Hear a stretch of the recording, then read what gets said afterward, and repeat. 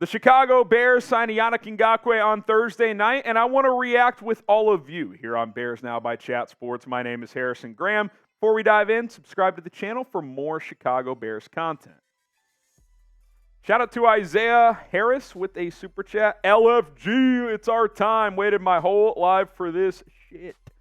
Yeah, man, listen, Ryan Poles had a great offseason. I think Yannick Ngakoue feels like the last big piece to the puzzle. I could see the Bears making one more notable move, perhaps, whether it's, offensive line depth or another pass rusher, but feels like this is the last, big-ish move, right? Like, you needed a pass rusher, and Ngakoue is the best one available. Love the move. Love what Ryan Poles has done in the last several months. Javen Terry with a 10. Poles is winning Executive of the Year if we make the playoffs. Got the league shaking. Bear down. Look, it's about doing it on game days now, right? The defense should be better. The offense should be better. Justin Fields has a number one receiver. He's in year 2 in Luke Getsy's offense now. It's not like a make or break season by any means because you're still on the way up in this rebuild, but we need to see some results. This needs to be a team that, at minimum, has a chance to make the playoffs late in the year. If you barely miss out, okay, I wouldn't deem that a failure, but if you're a 6 or 7 win team at this point, this team needs to be in the hunt late in the season, if not make the playoffs. I have expectations. Bear down from H-Town. Take the North. I hope so, man. Listen, you don't give Yannick Ngakoue $10 million guaranteed unless you think that's at least possible, right? How do you win the North? Well, your defense is improved. You improve your pass rush. Yannick Ngakoue. Your secondary is improved. You draft Tyreek Stevenson. Your young guys are a year older. Eddie Jackson's back. You invest in linebacker. You trade for DJ Moore. Ryan Poles has invested this offseason, but he's done so in a way that the future is not mortgaged. This is still going to be third or fourth most cap space by any team in the NFL next year. You extend Cole Kmet. You've done a lot of good things personnel-wise this offseason while still remaining flexible for the future. Let's see if they can produce results on Sundays. Shout out Michael Ortman with a 10. He says, love the Bears. Monster of the Midway are back. I don't know if I'd go that far, but yeah, man, I love the Ngakoue move. The guy has 8 or more sacks in every year of his career. Shout out Ryan Poles, who, hey, if this is actually you, GM, shout out to you. Not done yet, y'all. Let me keep going. Who y'all want next? Perfect question. Who you guys want the Bears to sign next? 3, 2, 1, go. Who do you want? You want to get Justin Houston in here? Jadeveon Clowney? Dalton Reisner? Who should the Bears go sign next? Let me know down in the comment section right now. Pin comment on today's video. Who should the Bears go sign next? Jazz Mitchell, worst to Super Bowl. Look, I'm not ready to go that far, but you can dream, right? The Bengals went from one of the worst teams in football to almost winning the Super Bowl 2 years ago. Weirder things have happened. If Justin Fields takes a massive leap, it's possible. If you have an elite quarterback who puts up huge numbers week in and week out, you always have a chance. So if he can do that and the other pieces around him do their part, who knows? I don't think this is a Super Bowl team, but I do think it's a team that can make the playoffs, and that would be a huge step in the right direction. Hunter Lee, Yannick should wear 0. That would be electric. I would love it if Yannick Ngakoue wore 0. Send a message. Send a message. I think that would be dope. Take a guess. What number you guys think he'll wear for the Bears this year? Drop your number in the comments. Arthur Smith, can we see an updated depth chart? Yes, you can, Arthur Smith. Now, again, this is just kind of a loose depth chart, right?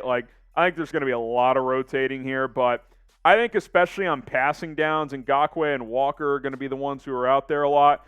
Andrew Billings is going to be out there a lot for run defense. Javon Dexter is going to play a lot. He is. Justin Jones, we know he's going to play. Can Zach Pickens get a decent amount of reps? I think he can.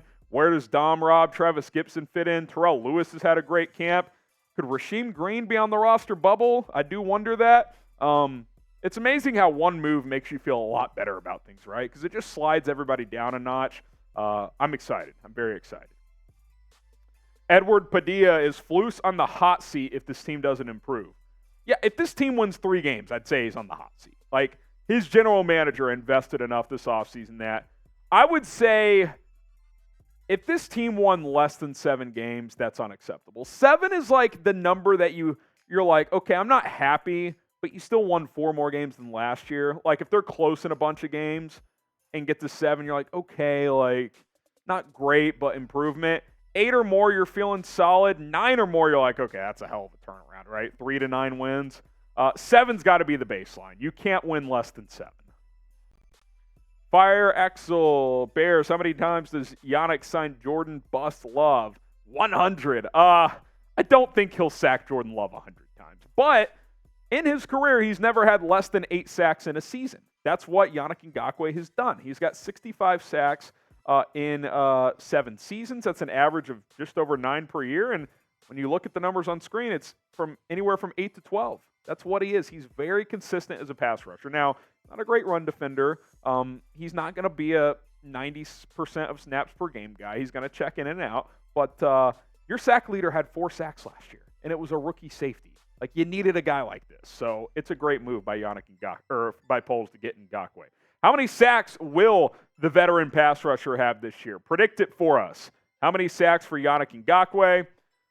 8.5. How about that? I'm not going to go crazy, but if I say less than 8, you could argue that is crazy because he's never had less than 8. So I'll say 8.5. What say you? Predict it for us.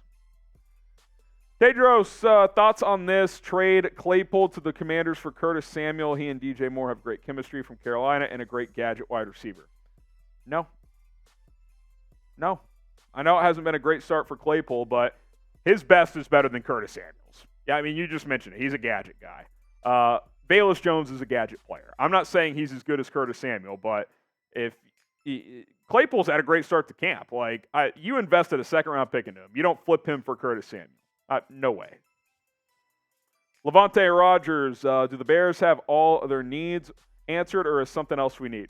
Look, this is not a team that's got a perfect roster, right? Like, they need more, like, as they continue to build this thing. But right now, like, I'll put it this way. If the Bears didn't make another move before the season, I'd be content. I'd like them to add some offensive line depth. I definitely would be open to adding another pass rusher like a Justin Houston, who is not going to play a crazy amount of snaps because he's 34.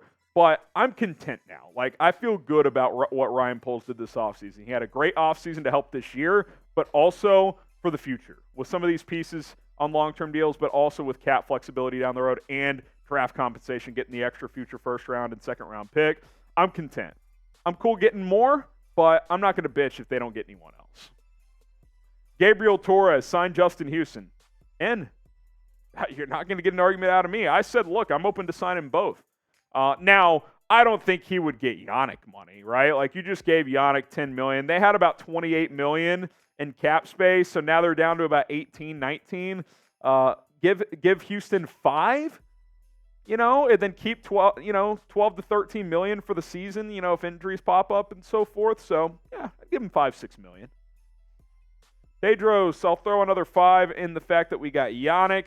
Shout out to you for the super chat. LOL, 9-win minimum this season. I'm not going to say it's a 9-win minimum. Can they win 9 games? Absolutely. But I'm not going to throw like minimum or maximum standards at this point. My threshold is they need to win at least 7. Like, anything less than 7 is bad. 7 is like, 8 or more, that's good progress. 9 or more, you're thrilled. I don't know if 9 is like, anything less than 9 is a failure. Like, if they go 8 and 9, like, are we really going to be like, disaster? I don't think so. Edward Padilla, what's the starting 11 for the defense week 1? Well, we flashed the front 4. We'll just stick with that for now. Linebackers, let's just do nickel sets, right?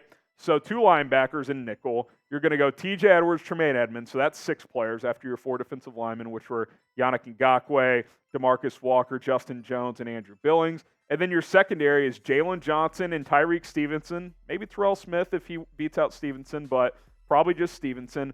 Kyler Gordon at nickel, and then Eddie Jackson and Jaquan Brisker. That's how I see it. But you're going to have a lot of rotation. Terrell Smith is probably going to play some. We know Javon Dexter and Travis Gibson and Dominique Robinson and probably Zach Pickens are going to rotate. Jack Sanborn, Noah Sewell. So, I mean, you got a lot of bodies. The depth is being built here. Last year you had nothing. Now, pretty good roster turnaround in 1 year for Ryan Poles. Kevin Cordero, with the new look D, how many total turnovers do the Bears get this year? I mean, look, you'd like to get 2 a game. Can you get 34? It's a lot. That'd be awesome. 2 a game, 2 turnovers. That would go a long way. Give me 34. Let's go. Shy Guy 88, finally, we are a team that makes aggressive, smart moves and not just sitting complacent, but also calculated and not bad moves, right? Like, yeah, Ryan Pace was very aggressive, right? But almost to a fault, right? Like, he would hand out reckless contracts and make reckless trades at times. Ryan Poles nothing he's done has mortgaged this team's future. If, God forbid, I don't think this is going to happen. I'm not speaking it into existence. I expect him to play well, but God forbid Justin Fields is not the guy we think he is or that he can be.